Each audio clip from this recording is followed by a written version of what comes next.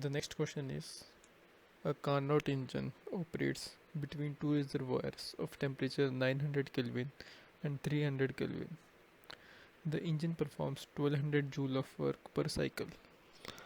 The heat energy in joules delivered by the engine to the low temperature reservoir in a cycle is. Now its solution. It will be 1 minus T2 upon T1, which is equal to 1 minus 300 upon 900. So that will be 2 by 3. And we are also given work done is 1200 joule per second per cycle.